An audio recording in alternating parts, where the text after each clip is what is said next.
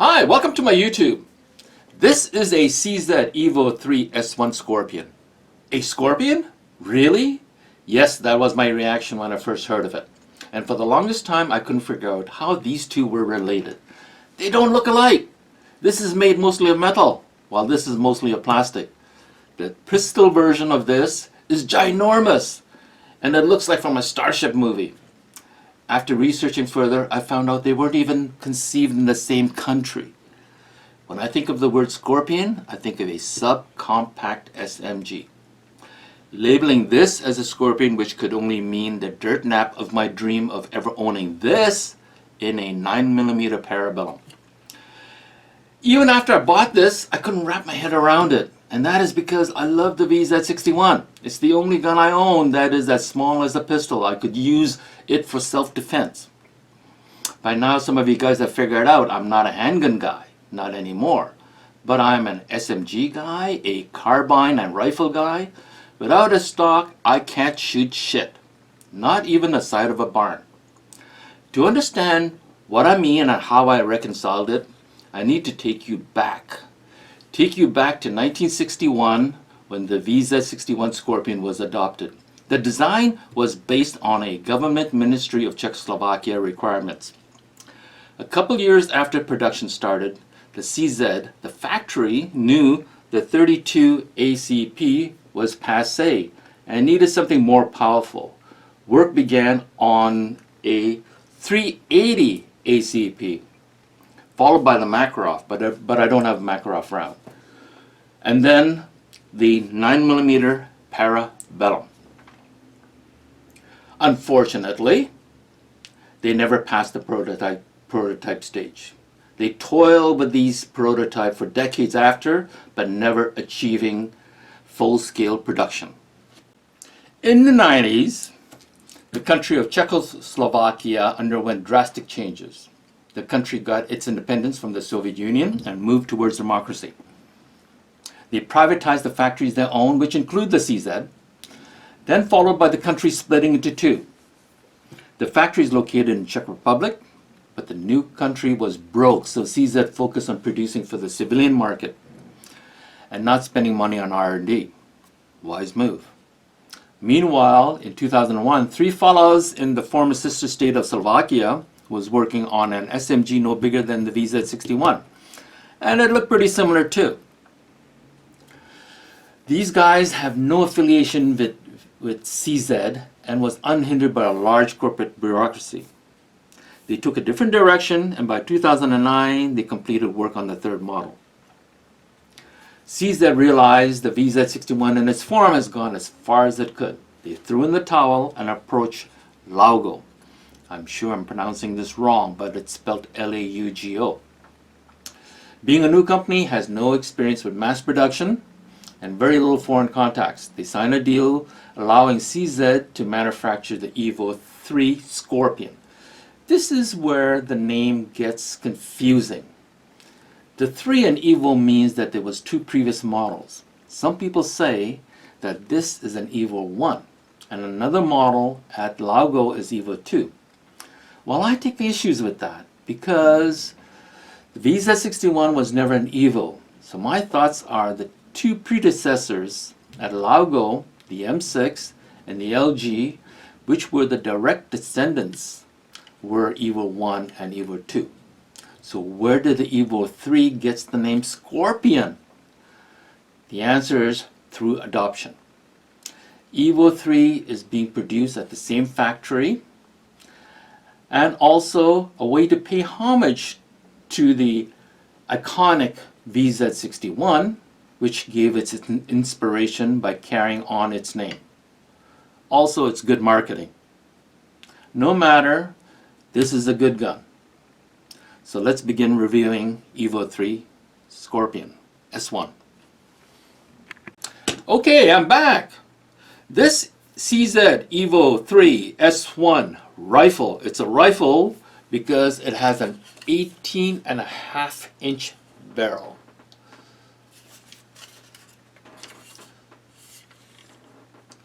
I paid $1,300 Canadian for it, and with this longer barrel, it's considered a non non-restricted rifle.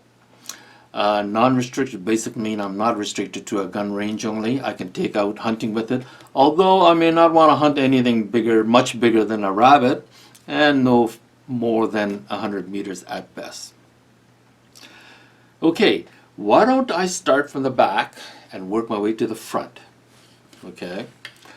I love folders, and this is a good folder. Not perfect, but it is a good folder.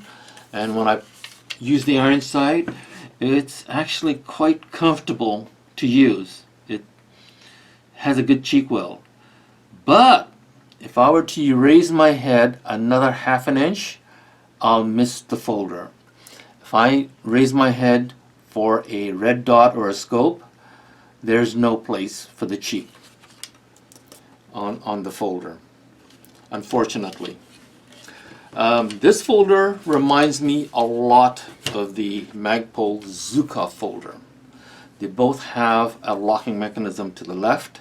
However, the EVO is better because it's an alloy, so it's more durable, while this Magpul is all plastic. But the Magpul did have a slot for the riser. Okay. Both have the same trigger lock system that extend and contracts. Okay. Both got this trigger thing. Although the EVO is a lot smoother to use, but it's only got 3 locations. So when it's extended, it's not as long as the Magpul, and when it's contracted, it's not shorter than the Magpul. Now both have rubberized padding. However, Magpul has slip-resistant slots or cutout in the back of that. It's good cushion. Now, my biggest issue with this folder is that you cannot fold this when it's extended. This is what happens.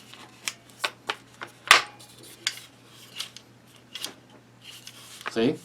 And the reason why, the way this locks to the side of the receiver is through this magnet. And it has to lock into this metal plate here. Remember, this is a plastic gun. So this is where the serial number is, and that's made out of metal, and it's designed, you have to bring that in before you could lock it to the side. Now it won't come apart. Not so with the Magpul. Magpul, the side locking mechanism is right here, so it has nothing to do with magnets. So whether it's extended or not, it'll still lock to the side. Okay, I'm going to show you how to remove this folder, and it's pretty simple. There's a button in the back of the receiver. Okay, let's see if I can show you. It's that button right there. Okay, you press that, the screwdriver. Okay, I'm going to stand up. You press that with a screwdriver, and I think you'll need to use a mallet. Okay, I'm not going to be able to do it in camera. I'm going to have to do it off camera. Okay, so I'm going to show you what I did. I use a screwdriver, I press on that button, and then I use a mallet to drive it up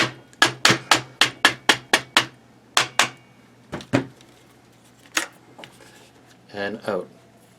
Okay. So you just do the reverse and put it back in, and you just push this back in and it goes in pretty quick. Oh, there's one more thing I need to point to you.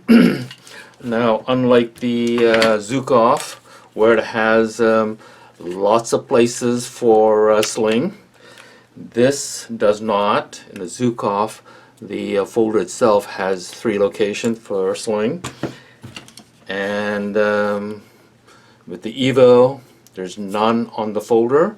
There's 2 places for the sling on either side, 2 towards the back and 2 in the front. Okay, the next step we're looking at is the rear sight. Okay, the top part of this is an alloy, metal alloy, while the bottom is made out of steel, and it's nice that it has lines on them because it breaks up the light, so it's not so shiny into your eyes. However, I love aperture sights, but these ones I do not, because there's it's 4 of them, 4 apertures, and the biggest one, biggest hole, I will assume they're set at 25 meters, so I would assume this is 25 meters. And when I look through this large hole, it actually disappears. With my eyesight, this aperture pretty well disappears because it's quite thin. And as you can see, as the hole gets smaller, when I get to the 50 and 75 and at 100, of course, that being the aperture being smaller, the sight is bigger. I could see it and it doesn't disappear. So that is an issue for me. I don't have any problem with the front sight, which is the same thing, metal alloy on top, steel base. No, that's fine. Next, let's move down to the grip. This is an adjustable grip. You can adjust back and forth about 3/8 of an inch simply by unscrewing this on this side and then moving it back and forth. Now, a lot of people don't like the angle. They feel the angle is too much. For me, I don't have a problem. As you can imagine, they're designed for winter warfare. So if you're wearing gloves, you'll need it this big. Of course, I won't be wearing huge mittens or gloves. I find this a little bit too long, maybe. Okay, next is the safety or selector. Everybody who ever fired one of these hates this. And I don't know why they haven't corrected that. I mean, the gun actually is 10 years old, and in the States it's been here 5 years, and everybody hates the selector. Now, why they haven't corrected that, I have no idea. But you can see what happens. The switch is on fire and it touches my finger. If it's not, it's unsafe, not a problem. But as you can see, it's ambidextrous, and when I put this into fire mode, this will jab into my finger. There, you see it? Now everybody hates that, and it really gets in the way after repeated fire, this rubbing thing. So I don't understand why they haven't fixed it now. Like how difficult it is to change a little thing along the assembly line. Okay, next thing I want to talk about. Well, the trigger is a little on the stiff side, but nothing that I can't get adjusted to. I find that the trigger is a little stiff.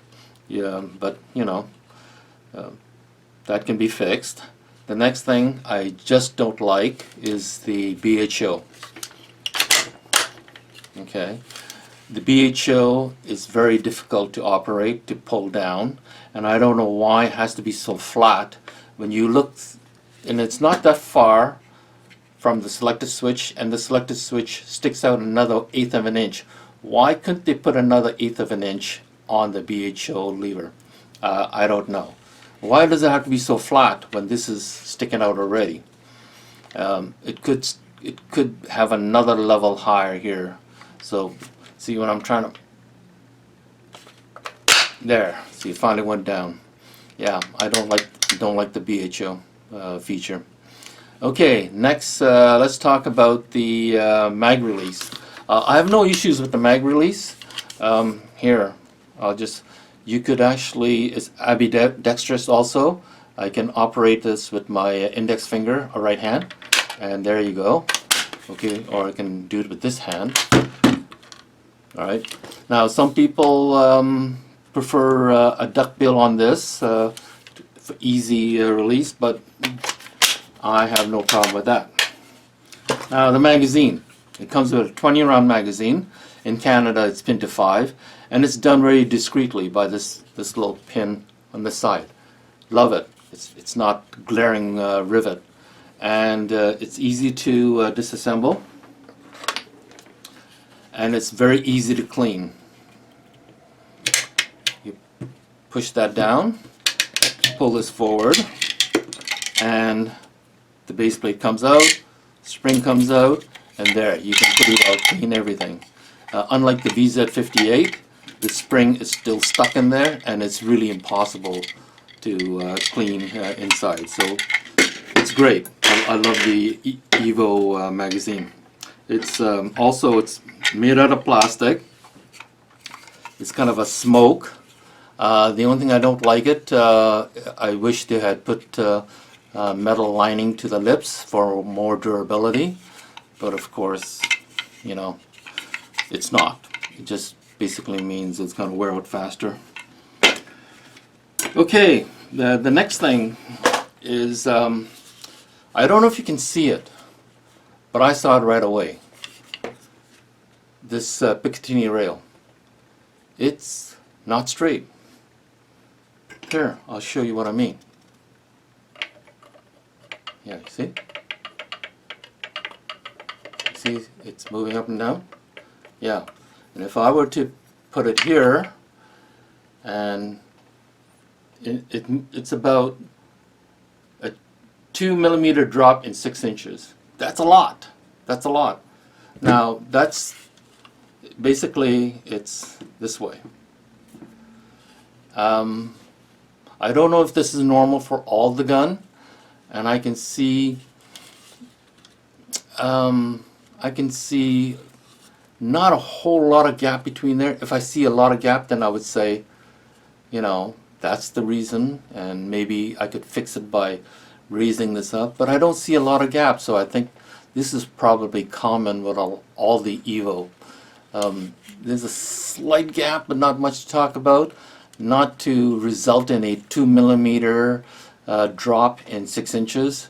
So, but I'm not too concerned with the this not being straight, because as long as it stays not sideways, I'm okay. This is just up and down. This is just vertical, so I'm okay with that. If it's horizontal, then I would have an issue with that. Okay, moving along to the cocking handle. A lot of people have issues saying that they're kind of small for their fingers. For me, I don't have any problem with that. You know, I love the slap the cocking handle forward thing. Yeah, I think when it comes to a military gun, they definitely don't want this sticking out too much, because you know, anything that sticks out too much is always going to caught in webbing and clothing and everything. So yeah, I'm actually okay with this, and I just love just slapping the bolt forward. Now, love these M-lock along the side here on the handguard. This it's basically the whole handguard, and it feels very comfortable, and no issues with that. And this muzzle device is different than the I guess the carbine, carbine or the pistol. Pistol has a different muzzle device. I think it's more of a flash hider. This is more of a brake, because being 18.5 inch, of course, is going to have a little more kick to it. and so therefore a little more speed in the bullet. So I guess they put a brake to that. Okay, so let me now move to showing you how to take this apart. And it's really simple. They designed it where you don't actually need tools, not like the GSG MP40. Oh my God, you have to carry so much tool just to separate the upper from the lower. In this particular case, it's a breeze. Here, the first thing you do, you need to cock this back. Okay. Next you need to do is push this pin forward, and you can do it with your fingers. My Lord, how easy is that? And then pull this out, and it's captive, so you don't have to worry about that falling apart. Okay. And next thing you want to do is grab this and pull it upwards, the front end, and it hinges from the back, and then pull out at an angle.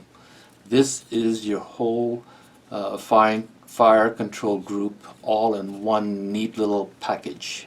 Okay. Okay. Now to remove the bolt, it's also pretty darn simple. You just reach in here. You could use your thumb if you want, like this, and slide it, push it back, and slide it forward. Like that. Okay. And then pull out like this. And then comes out. Of course, this is being a semi-auto, it doesn't really need a hefty bolt. Okay, but this is quite a hefty bolt. Okay, of course, it's probably the same bolt that's used in the full auto, but you know, for the civilian market, they could have taken off some more weight by, you know, milling out some of the weight off, but I guess they don't want to do that because that'll take more time. Okay, so I'm not going to take it apart right now. I just want to show you what it looks like. It's quite a hefty bolt, and at this point the manual says that this is field strip and you shouldn't go any further than this, and they don't even recommend you for field stripping going any further than taking this apart. So there you are. This is basically a review of the EVO 3 S1 rifle and field stripping. So thank you very much for joining me, and please subscribe.